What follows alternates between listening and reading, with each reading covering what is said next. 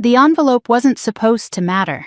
That's what I told myself every time I checked the mailbox, every time I passed the little metal door on the ground floor of my apartment complex, and forced myself not to hope. But when I saw it that Tuesday morning, heavy cream stock, embossed return address from a Santa Barbara law office, Ellington and Hartwell Estate Services, my knees nearly gave out, my breath locked high in my chest. For a moment, the world narrowed to the weight of that envelope in my hand. This was supposed to be the final paperwork of my grandmother's inheritance, the one thing in my life that had always carried a whisper of safety. I hadn't known the exact amount, but I'd grown up hearing the stories, how she'd put something away for me. For when the world becomes yours, she used to say. I was 28 now. The trust had finally matured. My family had spent years telling me to be patient, that it wasn't time yet, that I didn't understand how adult financial responsibilities worked. And here it was, after decades of waiting, my chance to breathe without debt, without fear, without needing anything from the people who never had space for me. My palms were sweating, my heart hammered. I tore the envelope open right there in the hallway. The check slid out first. I expected my face to break into a smile. Instead, my stomach dropped so fast I felt dizzy. $14,322. I stared, blinked, stared again. My grandmother had worked most of her life as a hospice nurse. She'd lived modestly, but she wasn't poor. She'd told me once, when I was 12 and she walked me to the bus stop, that she'd set aside a real start for me. So how did real start become barely enough to pay off 2 months of rent and a few grocery runs? My hands shook as I unfolded the accompanying statement. Numbers and line items blurred together, but certain phrases cut through like knives. Annual trustee management fee. Household reimbursement. Family travel expenses. Consultation fee. Marina Tate. Over and over, 10 years of deductions, 10 years of siphoning from something meant to protect me. My breath went thin. My chest tightened. I flipped the page again and again, looking for the part where someone explained this was a mistake, but it wasn't. I did the math automatically. Real estate agents are good with numbers whether we want to be or not. Between $100,000 and $130,000 gone. Legally. Controlled by my parents. Disappeared into God knows what vacations and spa days and emergencies they never mentioned to me, but somehow always seemed to involve my sister Marina. My phone buzzed. A text from Mom popped up. "Sweetie, did you get your little check? Don't spend it all in one place." My hands went cold. Little check. She'd picked the exact words she knew would hurt the most. As if the inheritance wasn't supposed to be mine. As if their mismanagement of it was a joke. I barely made it inside my apartment before the tears stung. I dropped onto the couch and stared at the check sitting limply in my lap. I felt hollow. Not surprised, not exactly. More like a wound I'd ignored for decades had finally ripped open. I don't know how long I sat there before the memories started rushing in like a flood I couldn't hold back. I was 10 when my parents left me behind for the first big family vacation. Cabo, a resort with bright blue pools and white sand beaches. I'd overheard them whisper about it for weeks, the excitement practically vibrating off Marina. She was 14, older, prettier, perfect. "There's no space for everyone," Dad had said when I asked if I was coming. "We just have one room and it's barely enough for the 3 of us." I later found the reservation confirmation when Marina left her laptop open on the couch. 4-person occupancy, 2 queen beds, space for me. They just hadn't wanted me there. At 13, the story repeated with Aspen. "It's grown-up time," Mom had said. "You'll be bored." So they left me with a neighbor for 6 days. They brought Marina back a designer jacket with a fur-trimmed hood. They brought me a keychain with a plastic moose dangling from it. "Souvenir," Mom had said, and she'd laughed like it was funny. At 17, my guidance counselor called home to explain that my college prep courses required a new laptop. "We're not made of money," Dad had said to her, loud enough for me to hear in the hallway. Marina got a MacBook the next week. She needs it for her photography club, Mom explained. In college, I worked 2 jobs, one in the campus dining hall, the other waitressing until 2 in the morning, to cover what my scholarships didn't. I used to fall asleep over textbooks at the counter of the 24-hour laundromat because it was warm and no one asked questions. Meanwhile, Marina went on a 6-week wellness retreat in Maui. She posted photos of oceanfront yoga and organic smoothies with captions like, "So blessed." I ate instant ramen from the dollar store and pretended I was fine, and now I knew exactly who paid for her retreat. I pressed my palms into my eyes and forced myself to breathe. When I finally lowered my hands, the check was still there. The truth was still there. The betrayal didn't magically shrink just because I tried to blink it away. I reached for my phone again and opened the banking app, staring at my balance. Rent was due in a week. My car needed a new timing belt. The commission from my last sale had already gone to student loans. And the trust, my one lifeline, was a gutted carcass with a bow on it. My chest cramped. For a moment I couldn't breathe. Another buzzing sound vibrated across the coffee table. A notification from social media. A tag. I clicked without thinking. It was a photo of my parents, Marina, her husband, and their little boy. All of them smiling in front of a private cabana on a beach. Hands wrapped around margaritas, sunglasses, sun-kissed skin. Perfect family photo. Caption, "Cabo Round 2 with the Tate crew. No better way to celebrate life." The timestamp said yesterday. They were in Cabo yesterday. They'd gone again, without telling me, without inviting me. And this time, my stomach twisted, they'd used my grandmother's money to do it. I locked my phone, set it face down, and sat in the silence that followed. My apartment felt smaller than ever, like the walls were leaning in, squeezing out every drop of air. I couldn't stay there a second longer. I grabbed my bag and keys and left. Dusk had settled over the city, painting the sidewalks in soft blues and golds. I drove 40 minutes north to my Aunt May's house, the one place that had never felt like a trap. May lived in a quiet neighborhood tucked under tall pines, where wind chimes clinked gently on porches, and people waved when you drove by. She opened the door before I even knocked.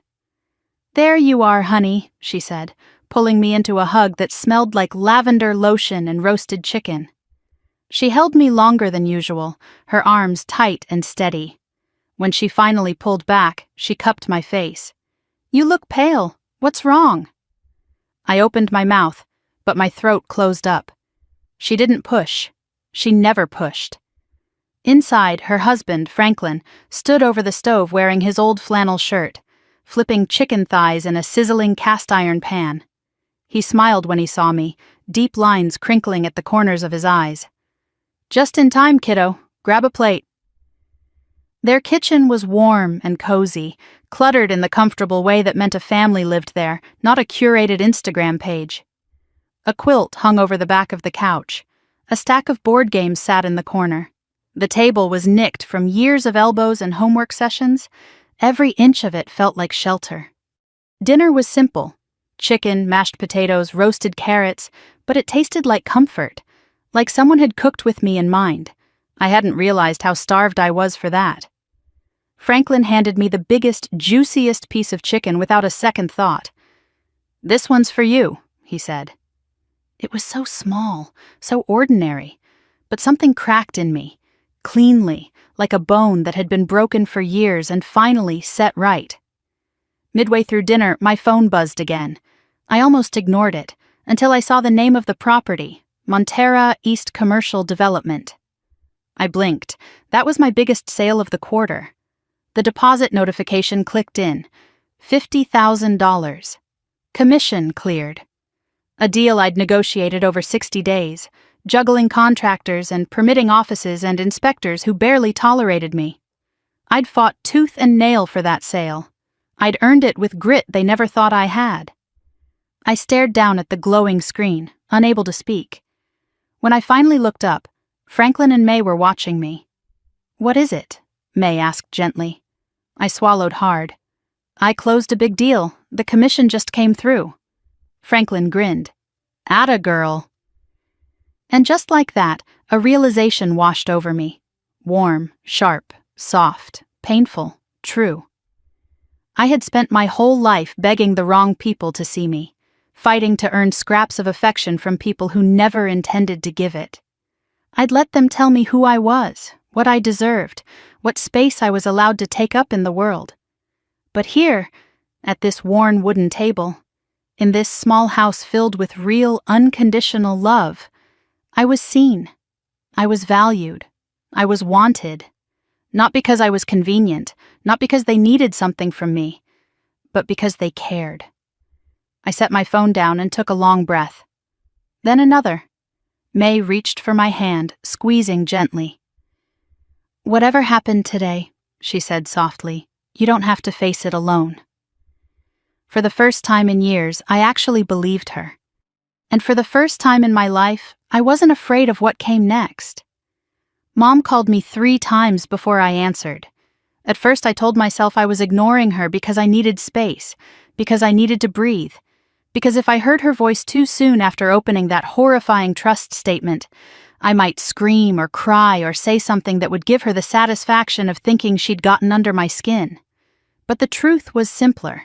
Some part of me, the obedient, trained part, still reacted like a child who'd been taught that ignoring a parent was an act of violence.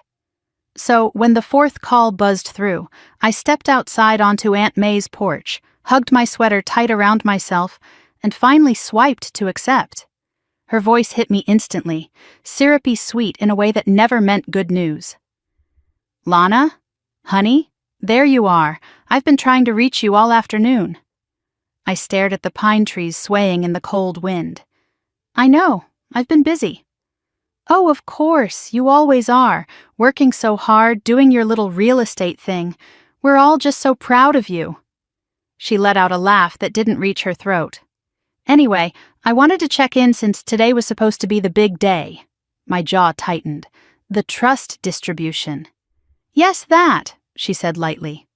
"Well, did you get your little check?" There it was, the exact phrase she'd used in her text. Little check. A tiny dagger wrapped in satin. "I got something," I said carefully. "Oh, wonderful!" She clapped her hands. I could hear it through the phone. "I knew it would come together eventually. See? All that panic about money was unnecessary." Then she sighed dramatically. "If only you'd been patient instead of creating tension." Tension. That was her favorite word to use when she wanted to blame me for my own hurt. I leaned against the porch railing, watching Franklin inside through the window, rinsing dishes in the sink. "Mom," I said slowly, "there's something we need to talk about." A sharp inhale. "Lana, please don't start. You always want to ruin a perfectly nice moment." "I'm not trying to ruin anything. I just— What? What now?" Her voice hardened in an instant.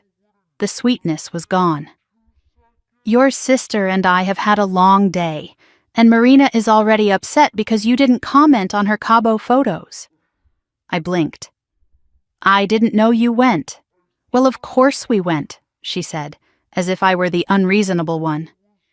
"You know your father's company gives him that timeshare, and Marina needed a break after all her hard work with River. We barely managed to get a room big enough for the 3 of us."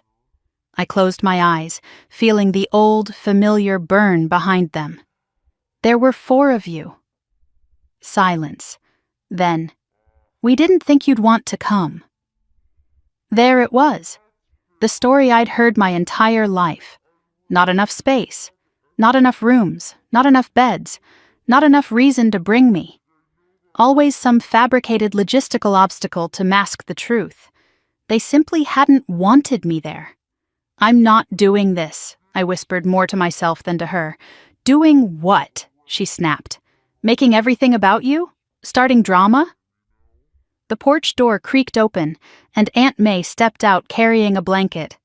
She wrapped it over my shoulders without a word, just a warm, steadying touch, and went back inside. I swallowed hard. "Look," Mom continued in a tone that meant she was preparing a pitch, "I'm calling because we have the most exciting news. We're planning a Christmas trip to Aspen, a whole family getaway. It's going to be magical. Snow, cocoa, fireplaces, the whole thing. A cold fist tightened around my ribs. Okay. And, she went on, we really want you there this time. This time. The words were a trap, a baited hook. Who's going? I asked. Well, your father, of course, and Marina and her husband and River, and 2 of Marina's friends. Such sweet girls, and, oh, possibly River's nanny if she can make it. You know how children are. So, everyone but me, until now. So where would I sleep? I asked, a small pause. Well, we're not entirely sure yet. Maybe the living room, or perhaps you could share with the nanny. We'll figure it out when we get there. I felt my spine straighten. Mom, I said gently, that doesn't sound like an actual invitation. Oh, don't be ridiculous, she snapped. You always get like this. You make everything so dramatic. We are trying to include you. I almost laughed. I swallowed it instead. Mom, if you really want me there, why didn't you call before booking everything? Why didn't you ask me if I was available? Well, she said, voice dipping into faux sorrow, we assumed you'd be grateful. We assumed you'd appreciate being thought of after everything we've done for you. Everything they'd done for me. My head spun. Lana, she continued briskly before I could respond, there is one small thing. The villa was, well, a bit outside our usual budget. So we need everyone to contribute. Just a little, $2,000 each. By Friday. I closed my eyes. $2,000? Yes, sweetheart, she said brightly. And since Marina might want to attend some evening events, we'd need you to help with River at night, just to keep an eye on him while she's out. You're so good with him. The cold wind cut across my face, but the chill inside my chest had nothing to do with the weather. So, you want me to pay $2,000, I said quietly, to sleep on a couch or share with a nanny, and babysit? Well, she said lightly, when you put it that way it sounds harsh, but we all contribute. That's what families do. No, I said, that's not what families do. What's that supposed to mean? My throat tightened, but this time it wasn't fear. It was clarity. Families don't leave someone behind every single vacation. Families don't use someone's inheritance for their own trips and then mock the amount left. Families don't call only when they need money or childcare. She let out a sharp laugh. Inheritance? You mean that tiny little check? Oh, Lana, don't be childish. Your father and I did the best we could managing it. You drained it. We used it responsibly, she said through gritted teeth, on things meant to improve the family. You never understood that. Mom, I whispered, you used my grandmother's money for Cabo and Aspen. You used it to buy Marina a laptop. You used it for retreats and wellness weekends and things that had nothing to do with me.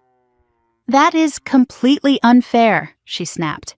You know Marina's opportunities benefit all of us. She built a platform that reflects positively on the entire family. And besides, you should be grateful.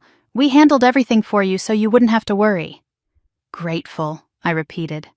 The word tasted like metal. You're being unkind, she added. Ungrateful, thoughtless. Marina cried when she heard you weren't coming to Aspen. I never said I was going. Well, you're certainly not making it easy to include you. I pulled the blanket tighter around myself, grounding myself in the warmth. Mom, I said softly, I'm not going to Aspen. I'm not paying $2,000. I'm not babysitting. I'm not doing this anymore. Silence. Then, what did you just say? I said no. You will not disrespect me like this, she hissed. You are ruining this family. You always do this, always turning things into personal attacks. I'm not attacking anyone. Then why are you behaving like this? She demanded. Because I finally see what's happening, I said. I finally see how I've been treated all these years. She inhaled sharply. If you hang up now, Lana. Her voice dropped into that low, dangerous register she used when I was a teenager, and she wanted me terrified. If you walk away from this, you shouldn't expect us to include you in things anymore. I laughed, a soft, stunned sound. You already don't. Well, she said coldly. "Don't come crying to us when you realize you need your family, because we won't be waiting." "I know," I said. "You never have been." Before she could answer, I ended the call. My thumb hovered for a second over her contact name. Then I hit block. I stood there on the porch, the cold air sliding under my sweater, feeling strangely steady despite the trembling in my fingers. I exhaled long and slow, and the breath fogged in the air like smoke leaving my body. The door opened behind me. Franklin stepped out, leaning his shoulder against the doorframe. "Everything okay out here?" "No," I said honestly, "but I think it will be." He nodded, as if that was all he needed to hear. "Good. Dinner's ready, and there's plenty." Plenty. The word settled into me like warmth. I followed him inside, closing the door on the cold night and everything that no longer had power over me. I woke up before the sun, the kind of early morning where the world still felt soft and half-formed. I lay on the couch in Aunt May's living room, wrapped in one of her crocheted blankets, listening to the gentle hum of the old heater and the faint clatter of pans in the kitchen. For a moment, I let myself pretend I was 13 again, sleeping over after a fight with my parents, pretending everything was fine because I didn't want to go home. A warm smell drifted through the house. Vanilla, butter, something toasty, waffles. My stomach growled. I rubbed my eyes, sat up, and glanced toward the kitchen. May was standing at the counter wearing her faded pine green robe, humming softly as she whisked batter.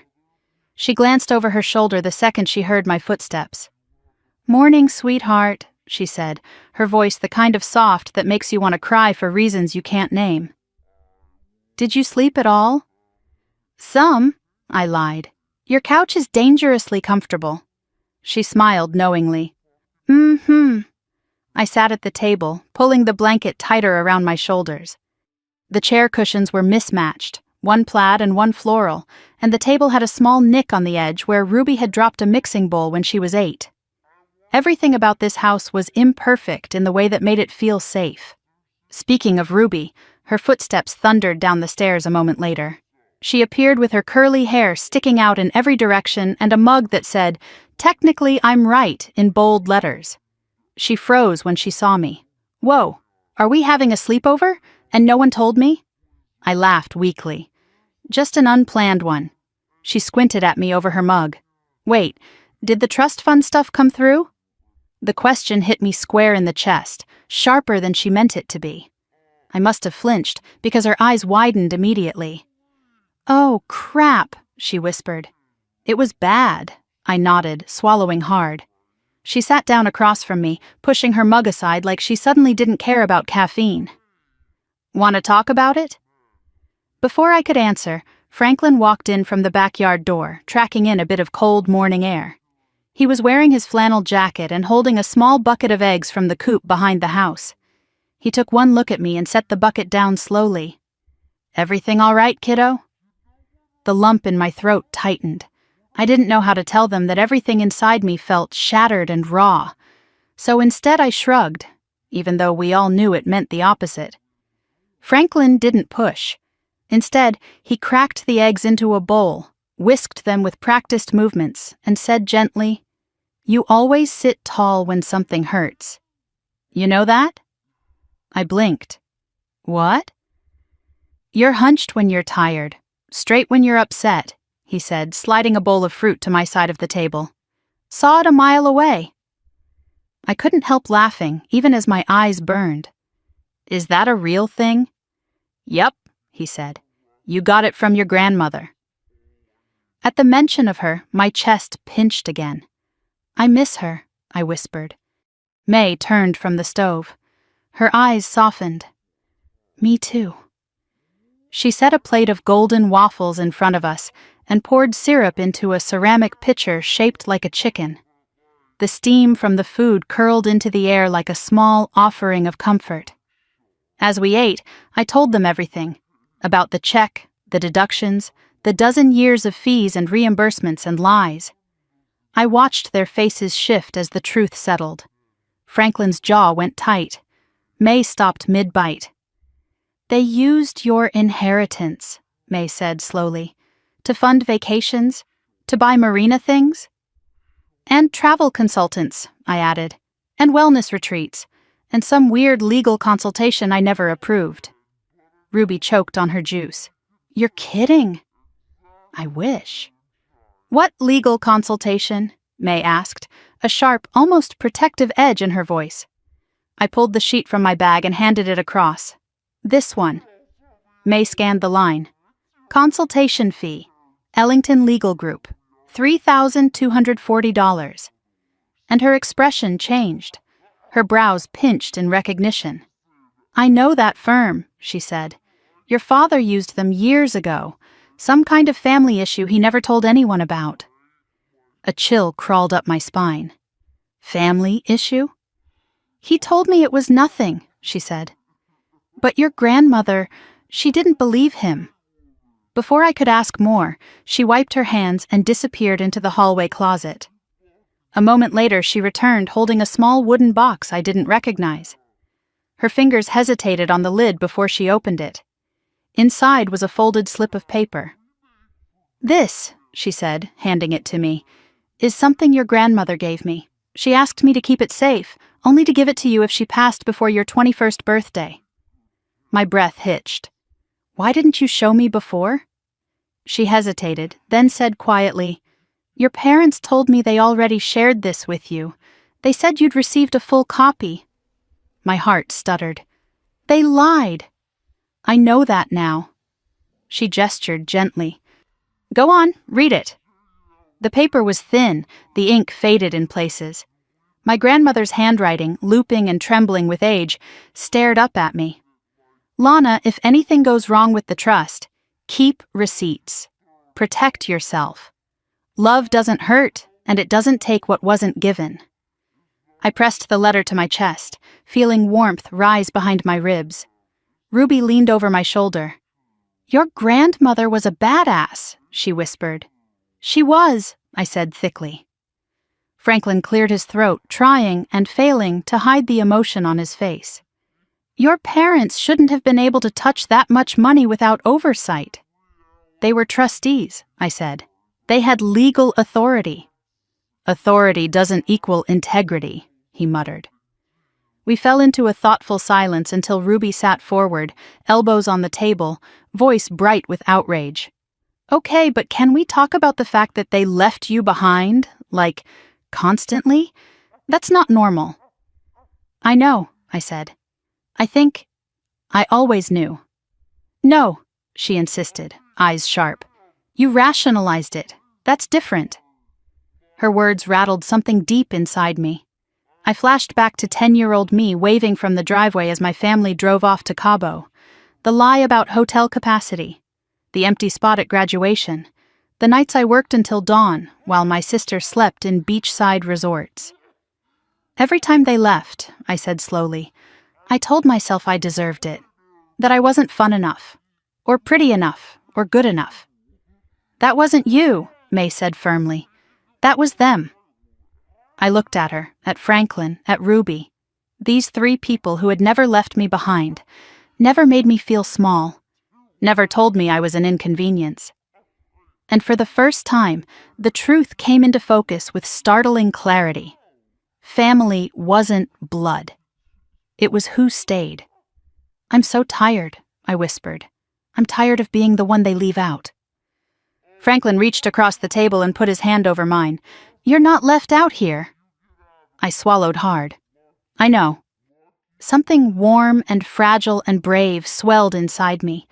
I didn't recognize the feeling at first, but then I realized it was anger. Clean, sharp, earned anger. Not explosive, not childish. Just a steady heat rising after years of being smothered. Ruby saw it first. You're pissed, she said softly. I think I am, I admitted. Good, she said. You deserve better than them. Just then, my phone, which I'd left on the counter, buzzed. Once, twice, a third time. May stood, grabbed it, and walked it over to me.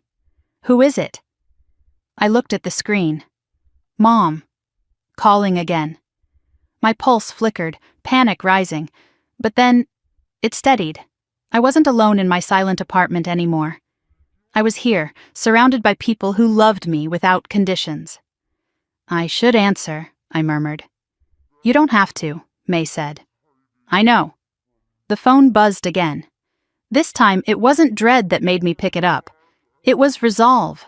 I hit accept. I held the phone to my ear, and my voice didn't shake when I said, hello? From across the table, I felt May and Franklin watching me, not hovering, not pressing, just present. And somehow that presence made everything inside me settle. Lana, Mom said, sharp and breathless, we need to talk. I'm listening. Good, she said briskly, because you've made a mess of things.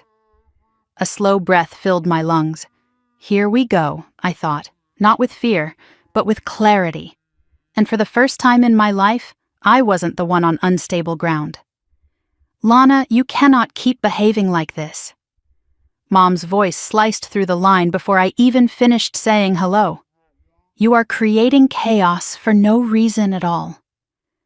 I sat at Aunt May's kitchen table, fingers tightening around the edge of the wooden surface.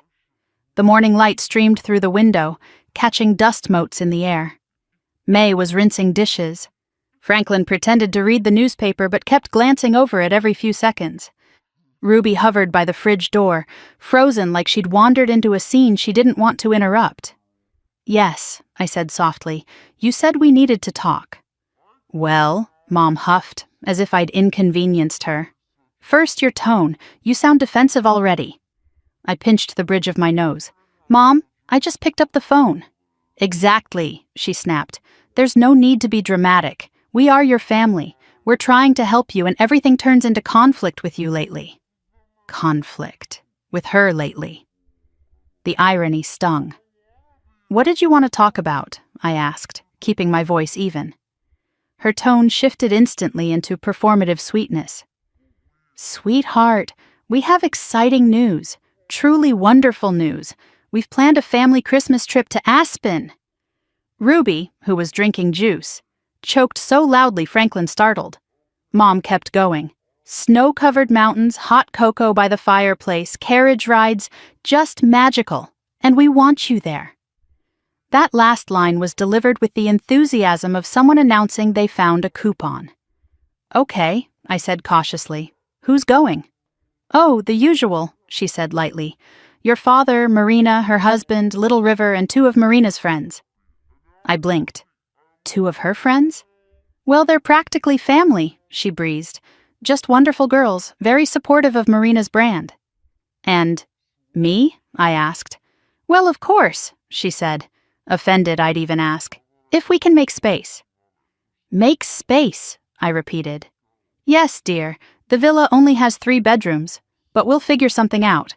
Maybe you could share with the nanny if she ends up coming. I stared at the table, the knots in the wood blurring. So I'd sleep on a couch or share with a stranger. Oh, Lana, she said, voice dripping with false exasperation. Why do you always take things so personally? We are inviting you. Isn't that what matters? There was a lump in my throat that had nothing to do with sadness. It doesn't feel like much of an invitation. She ignored that. Anyway, there's just one tiny thing. Since the villa was, well, let's say generous in price, we need everyone to contribute. There it was. How much? I asked. Only $2,000, Mom said brightly. We need it wired by Friday. And Marina asked if you could help with River a few evenings while we're there. She has some influencer events she simply can't miss. I felt the heat crawl up the back of my neck. So you want me to pay $2,000 and be the babysitter? Lana, she snapped, family contributes. Marina and her husband already gave us their share. We expected you to do the same. And the nanny? I asked. Oh well, she stumbled. We're hoping to keep costs low by having you step in. You don't mind helping your sister, do you? I closed my eyes. Mom, I can't give you that money. Silence. Dead, cold silence. Excuse me? She said finally, with an edge that made the tiny hairs on my arms lift. I can't pay for a trip I wasn't included in the planning of. I wasn't asked if I was available. I wasn't even told. We assumed you'd be grateful, she said, her voice sharpening. You never make anything easy. Ever. You always look for the negative, always create drama. I'm just trying to be honest. No, she snapped. You're being ungrateful, completely ungrateful after everything we've done for you. She took a breath, and I heard Marina's voice somewhere behind her, muffled but furious. Your sister is upset again. She said you didn't like any of her Cabo photos. I didn't know you were in Cabo, I said quietly. Of course you knew, she said quickly. You always want to play the victim. We didn't invite you because we assumed you were busy. With what? With your little real estate hobby. My stomach tightened. Mom, that's my job, she scoffed. Please, Lana, you sell condos. Marina is the one with real ambition. The kitchen went still. Even the heater seemed to pause. I'm done with this conversation, I said softly. You will not walk away, she hissed. Not from me, not from your family. If you hang up right now, don't expect us to include you anymore. You already don't include me. That is your interpretation, she snapped. And it's wrong, completely wrong. You twist everything. Mom, you used my trust fund, I said. You used it for Cabo and Aspen and retreats and things that had nothing to do with me. That money was under our responsibility, she yelled. We used it for family necessities, things that benefited all of us. Things that benefited Marina, I corrected. Not me. You are delusional, she spat. Completely unhinged. Your father said this would happen, that the pressure would get to you, that you weren't ready for adult responsibilities. A chill slid down my spine. What does that mean? It means, she snapped, if you keep pushing, we will freeze the funds until you're 50, or longer, if that's what it takes to keep this family stable. It took me a second to realize what she said, another second to understand she wasn't talking about the trust fund anymore. The trust was gone, drained. She was threatening my reputation, my job, my stability. Behind me, May took a step closer, her presence calm and grounding. Franklin folded his paper silently, jaw twitching. I inhaled slowly, my voice quiet but unwavering.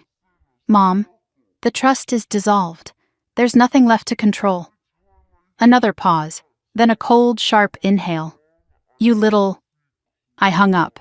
My thumb hovered for a moment, then pressed block.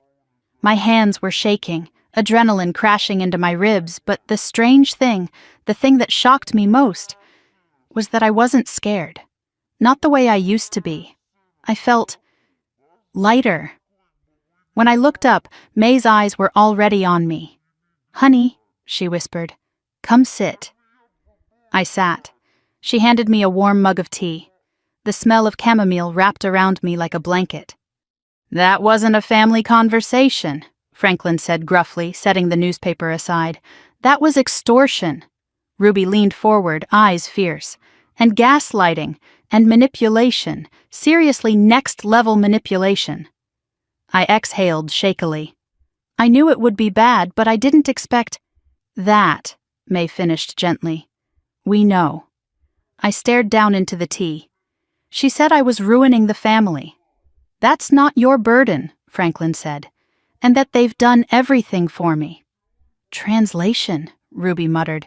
You've done everything for them and they want more. I let out a single shaky laugh. That sounds about right. May reached over, placing her hand over mine. You are not wrong for asking for respect. Her words settled into me like sunlight breaking through clouds. I think I'm finally seeing it, I whispered. All of it, clearly. Franklin nodded once, firm, good.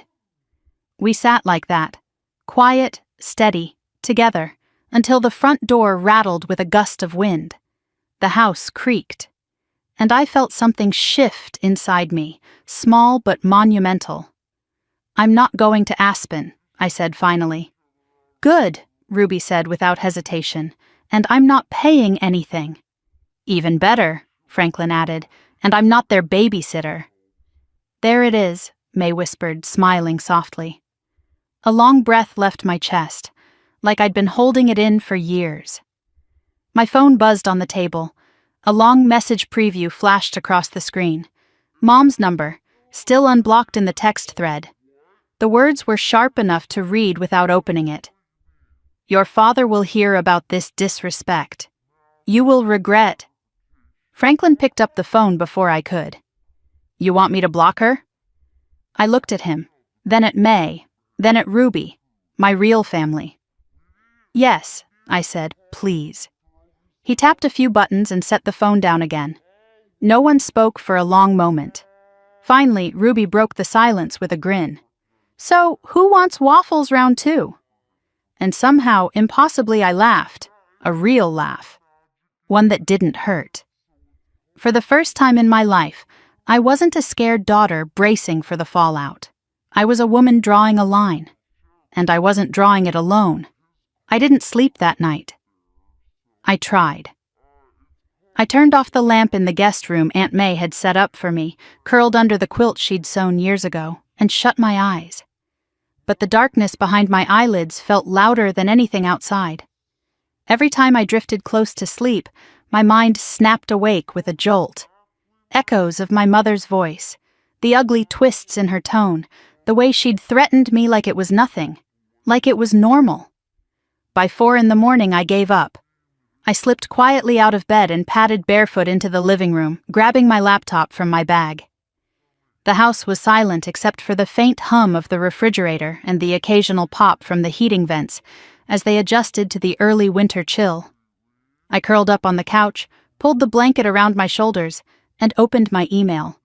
I told myself I just needed to ground myself in something practical: work, schedules, client messages, anything that didn't involve the wounds of the last 24 hours. At the top of my inbox sat an unread email with the subject line, Commission Release, Montera East. My heart gave a small, startled jump. I clicked it. $50,000. Deposited. Cleared. The number glowed on the screen like some kind of impossible magic, a reminder that not everything in my life was controlled by people who wished I would stay small forever. I traced the number with the mouse pointer, staring at it for a long moment. $50,000. Money I earned. Money that wasn't tied to guilt or shame or manipulation. Money that came from closing a deal nobody thought I could handle. Money that validated every long night I'd spent hunched over spreadsheets and contracts trying to prove, to myself even more than others, that I was capable. My throat tightened. I should have felt triumphant, relieved, empowered. Instead, I felt a strange ache behind my ribs, like I had been waiting my whole life for someone, even myself, to acknowledge that I wasn't a burden. I closed my eyes and let the feeling wash over me. Then I opened them and typed one single phrase into my browser. Best places to escape family drama. The results loaded in an instant, and I snorted softly through my nose. Lists popped up with titles like Top Solo Retreats in the U.S. and 20 Getaways for Emotional Reset. But the sidebar showed something different. Oceanfront villas in Malibu, private, serene, family-sized. I clicked before I even thought about it. Photos filled the screen. Sun-washed decks overlooking waves, fire pits under starlight, sleek living rooms with floor-to-ceiling windows, bedrooms with white sheets that looked softer than clouds, infinity pools shimmering like liquid glass. Then a listing caught my breath. Malibu Tide Residence, $28,000, 7 nights, all-inclusive, private deck, oceanfront, 2 bedrooms plus loft. It looked unreal, like a painting, like a world where no one screamed at you on the phone or told you to sleep on a couch while you paid for their vacation. A world where peace was possible. I leaned closer, scrolling through pictures. A laugh bubbled up, soft and incredulous. This is insane, I whispered to myself. But my chest kept fluttering. A creak came from the hallway. I glanced up to see Ruby standing there in oversized sweatpants and a t-shirt that said, Caffeinate, Dominate, Repeat. She rubbed her eyes and yawned. What are you doing up? She asked, shuffling closer. Couldn't sleep, I said. She collapsed beside me like a sleepy cat, peering at the bright laptop screen. What's that? A villa, I said. In Malibu. Her face lit up instantly. Malibu? Like Celebrity Malibu? I chuckled. Yes. That Malibu. Ruby blinked at the screen, then looked at me, then looked back. Wait. Are you thinking of going? Maybe, I said softly, just to breathe. Ruby leaned forward, staring at the images.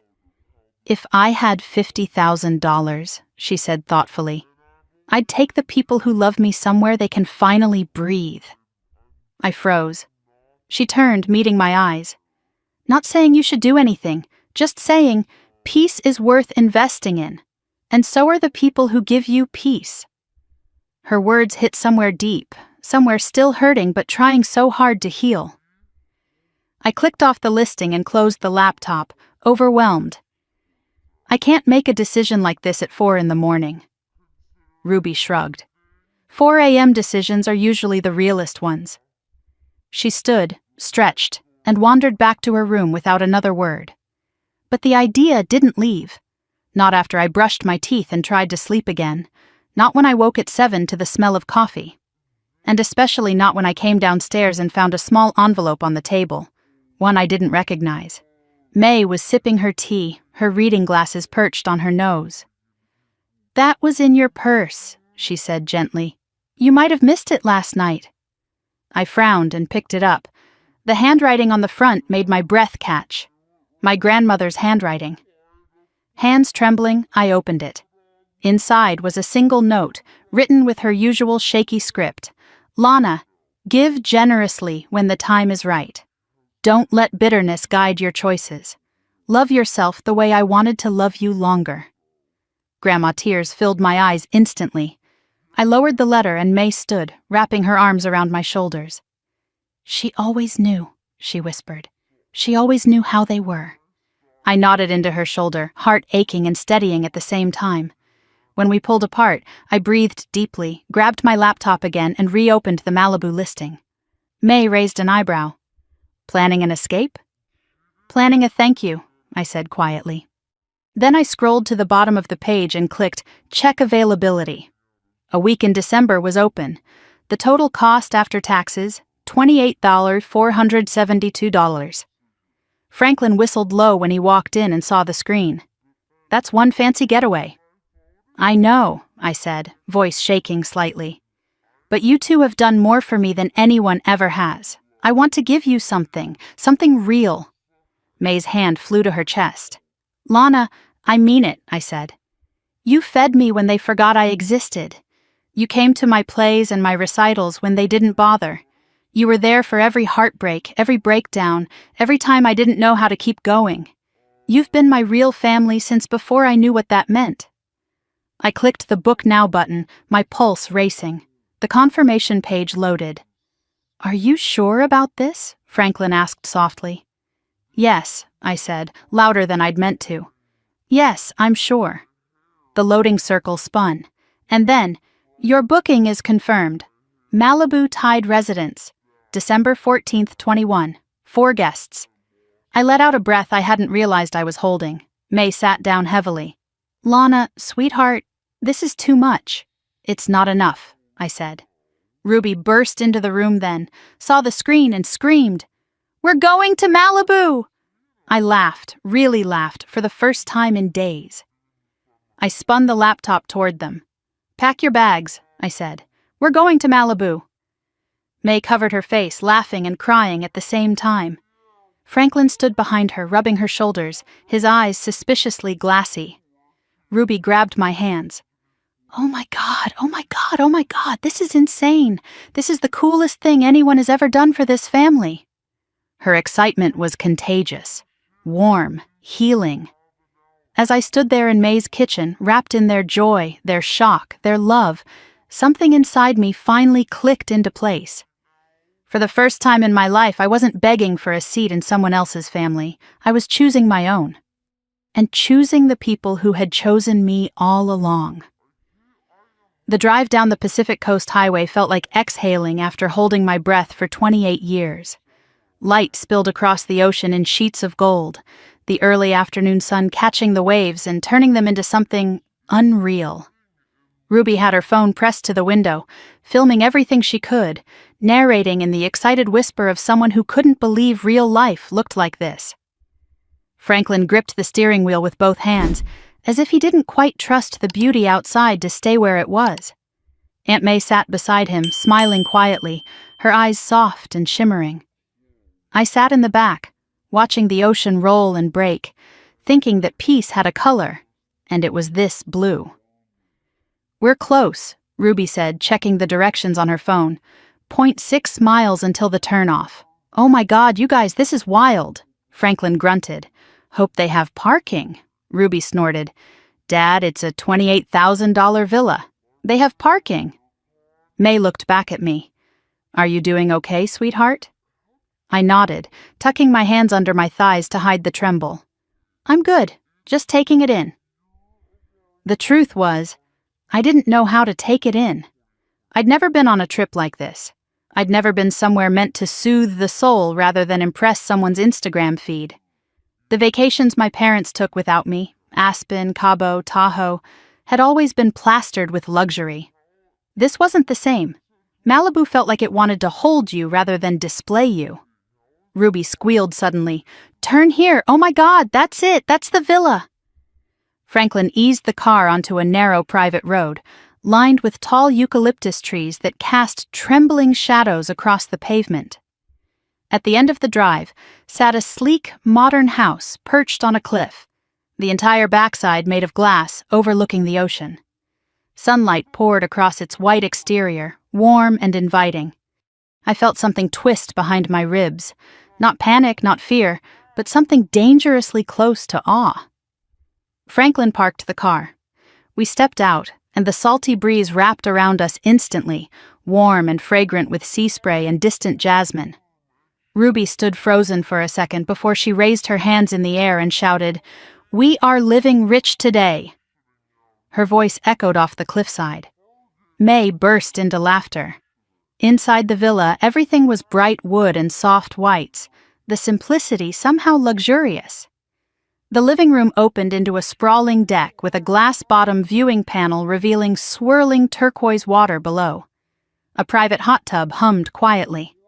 Beyond it, the ocean stretched like an endless invitation. Ruby rushed to the edge of the deck and pressed her face against the railing. "Lana, look! You can literally see fish from the living room. I'm going to live stream the dolphins when they come by. Do dolphins even come by? I don't care, I'll manifest them." I shook my head, smiling despite myself. Manifest away. Franklin stepped into the kitchen, running his calloused fingers over the marble counter. "I feel like I need to wash my hands before touching anything." "You do not," May said, swatting at him gently. "Just enjoy it." Enjoy it. The words settled into me like something sacred. We spent the first hour wandering through the rooms, admiring everything from the rainfall showers to the cozy reading nook overlooking the water. Ruby claimed the loft immediately, flopping onto the massive beanbag with dramatic flair. Franklin unpacked groceries he'd insisted on bringing, despite the villa offering an all-inclusive private chef. By late afternoon, we all gravitated toward the deck again. The sun was slipping toward the horizon, staining the sky in streaks of peach and lavender. "This isn't real," Ruby whispered, lifting her phone. "I feel like we fell into someone else's life." "It's real," Franklin said quietly, sitting in one of the deck chairs. "And it's ours this week." His voice cracked just slightly on the last word. I looked at him, and the truth hit hard. He'd spent most of his life giving, rarely receiving, rarely resting, and now he was sinking into this peace like it was something he'd forgotten he deserved. May came out with 2 glasses of iced tea and passed one to me. "Thank you for bringing us here, Lana." I swallowed past the tightness in my throat. "You brought me here long before I could afford any of this." Her eyes softened. "Still, this means something. To all of us." We watched the sun lower toward the water, the sky dimming into a dreamy brilliance that felt almost unreal. The waves hit the rocks below with a steady rhythm, like the ocean breathing along with us. After a while, Ruby slipped back inside to set up her camera on the deck. Okay, she announced. Day 1 in Malibu. Courtesy of the actual best cousin ever. Let's document the vibes. I groaned. Ruby. Too late, she chirped, angling her phone to catch the sunset behind me. Smile like you're not emotionally recovering from generational trauma. Franklin snorted. May burst out laughing so hard she nearly dropped her tea. I turned away, covering my face, but Ruby kept filming the deck, the villa, the shimmering water. She narrated everything like a travel host, and somehow watching her joy made it easier to breathe. As she filmed, her camera caught something else. Franklin sitting in the golden light with his fingertips brushing the arm of his chair, fighting tears he didn't want us to see. His face was a map of weathered kindness, lines etched with decades of labor and quiet sacrifice. He's going to cry, Ruby whispered conspiratorially from behind the phone. Dad, you emotional beast. Franklin cleared his throat loudly, glaring half-heartedly. I'm not crying, the sun's in my eyes. The sun is behind you, Ruby said. Doesn't matter. We all laughed. It felt like the kind of moment memory would hold on to for years. Later, when we wandered down the beach, barefoot in the damp sand, I walked beside May while Ruby darted across the shoreline hunting for sea glass, and Franklin tested the temperature of the water with his toes. You seem lighter, May said. I took a long breath. I feel lighter. She slipped an arm through mine. You deserve this, all of it. I'm still processing. That's okay, she said. Healing doesn't have to be fast. We walked a little farther until the sky darkened completely, painted with the first few stars. I keep thinking, I shouldn't be doing this, I admitted, that it's too much, too extravagant. It's not extravagant, she said gently. It's gratitude. Gratitude. The word warmed through me.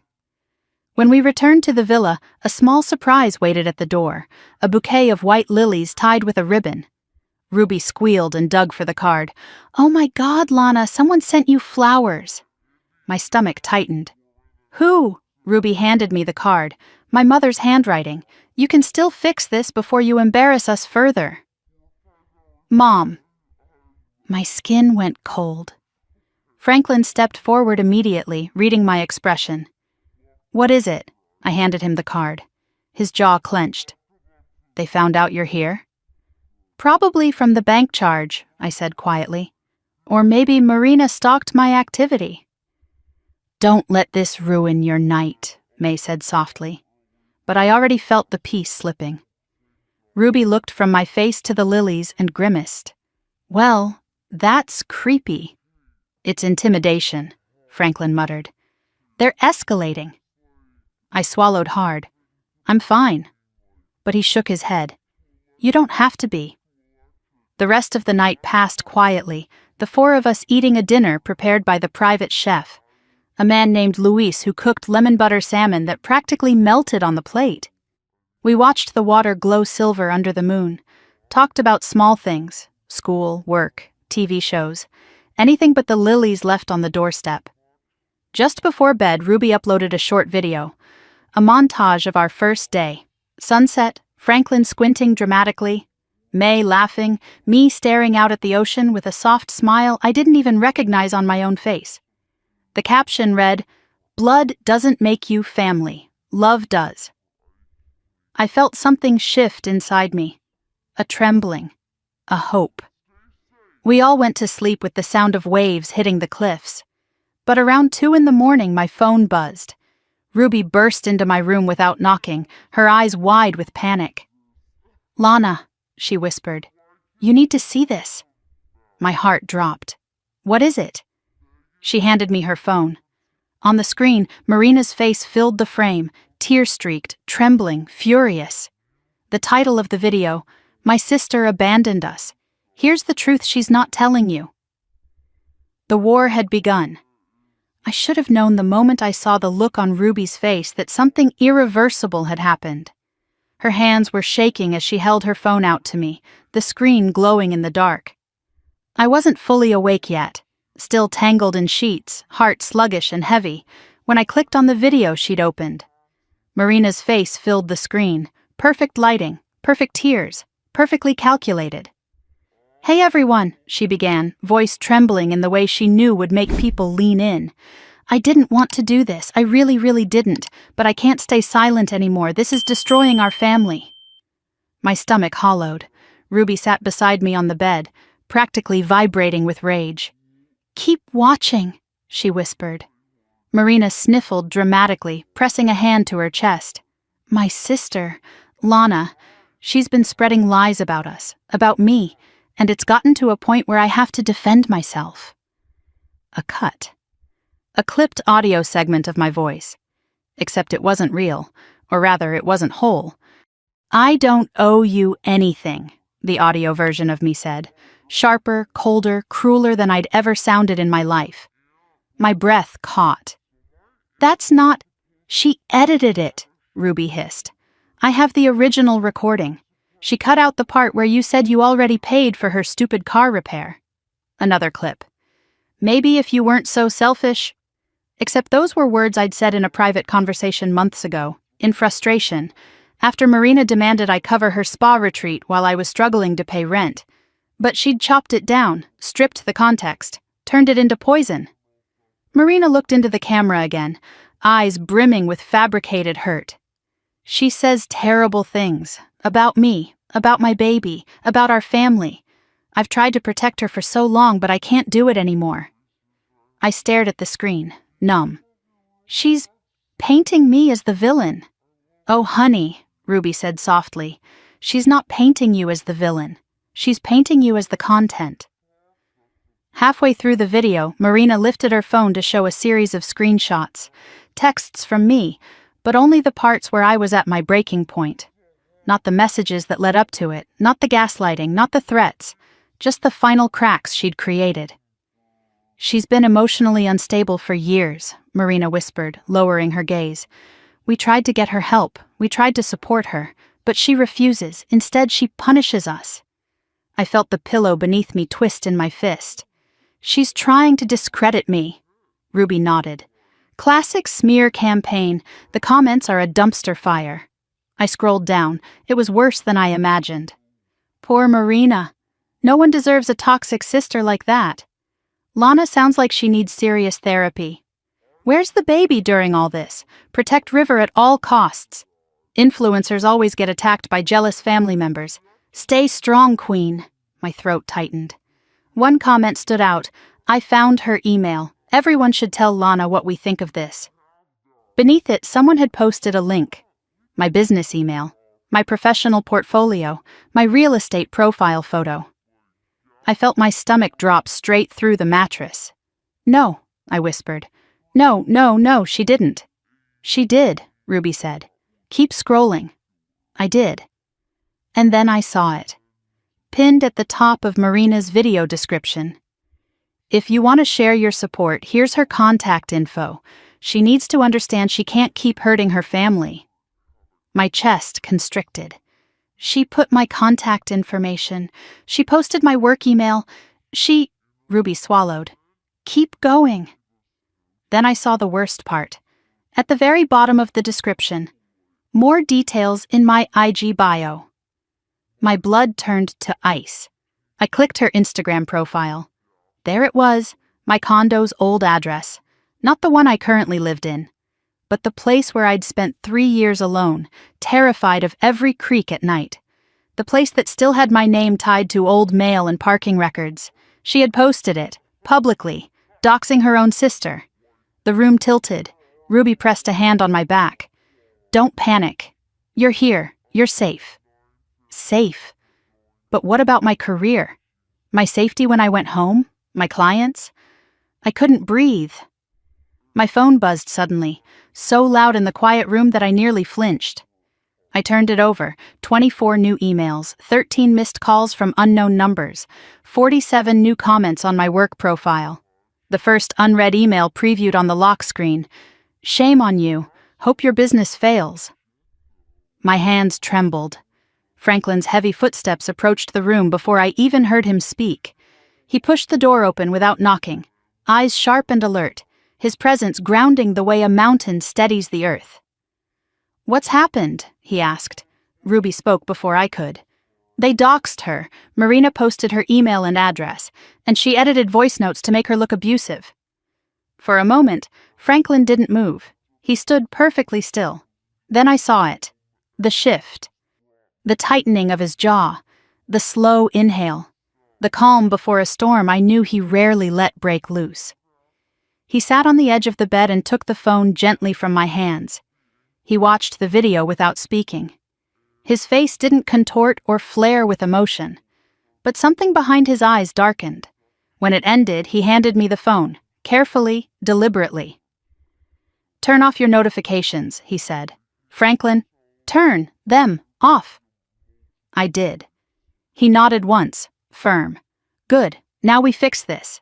"We can't fix this," I said, voice cracking. "The whole internet." "We can," he said, "and we will." I tried to swallow, but the fear had thickened into something sticky and suffocating. "She's ruining my reputation, my job, my life." Franklin shook his head. "No, she's ruining hers. You don't fight fire with panic. You fight it with truth and proof, and you have both." I closed my eyes, but tears still escaped. "What do I do?" "First," he said, "you breathe. Then you let us take it from here." May appeared in the doorway, her robe wrapped tight around her, worry etching deep lines into her face. "Sweetheart, I saw the video. My God!" I wiped my cheek roughly. "She made me look like a monster."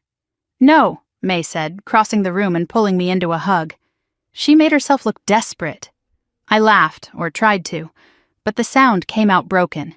"Tell that to the hundreds of people blowing up my inbox." Ruby sat at my other side, wrapping her arms around me. "You don't have to reply to a single one. Let me deal with the social media mess. I'm good at this." "She is," Franklin agreed. "And while she handles that, I'll call the resort security team. We need to notify them about the doxing threat." May squeezed my hand. "And I'll make us breakfast because no one can think straight without pancakes." Despite everything, a small, fragile smile tugged at my mouth. May always believed pancakes could fix anything. For the next hour, the villa turned into quiet chaos. Franklin stepped outside to make calls, speaking in a low, controlled voice that sent goosebumps across my arms. Ruby sat at the kitchen island, scrolling through comments, identifying trolls, reporting accounts, blocking entire clusters of Marina's followers. May cooked, not out of denial, but out of love. The smell of butter and warm batter slowly filled the villa, softening the edges of panic. I sat on the couch with my laptop open, staring at my inbox. New messages still poured in, even with notifications silenced. A cruel email, a mocking comment, a fake client inquiry written just to insult me. And then, an unexpected one, from an old colleague.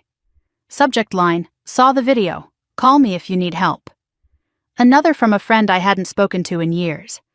I always knew something was off with them. "You okay?" Someone else wrote, "Don't believe a word she says. You're stronger than this." I blinked, stunned. People were reaching out. To check on me, not to judge me, not to condemn me, not to pile onto the narrative Marina had created. Something loosened in my chest. Maybe I wasn't as alone as she wanted me to feel. Franklin came back inside, shutting the door softly. "Security's aware. They're flagging all incoming unfamiliar vehicles. They've already briefed local patrol." "Local patrol?" I echoed faintly. He hesitated. "Marina said they're coming home early." The words hit me like cold water. I sat up straighter. "What do you mean?" She said it in a comment thread. Someone screenshot it before she deleted it. She said, "We'll deal with her in person when we get back." The villa seemed to shrink around me. "They're coming home," I whispered. Ruby put her phone down. "Let them come. They're not getting anywhere near you." Franklin placed a hand on the back of the couch behind me, solid and steady. "We protect our own in this family. Our family." The words wrapped around me like armor. Still, fear pulsed beneath my skin. "What do I do if they show up? What do I say? How do I—" "You don't say anything," Franklin said. "You don't open the door. You don't confront them alone. You let me handle whatever happens next." My throat tightened. I don't want you to get involved in something ugly.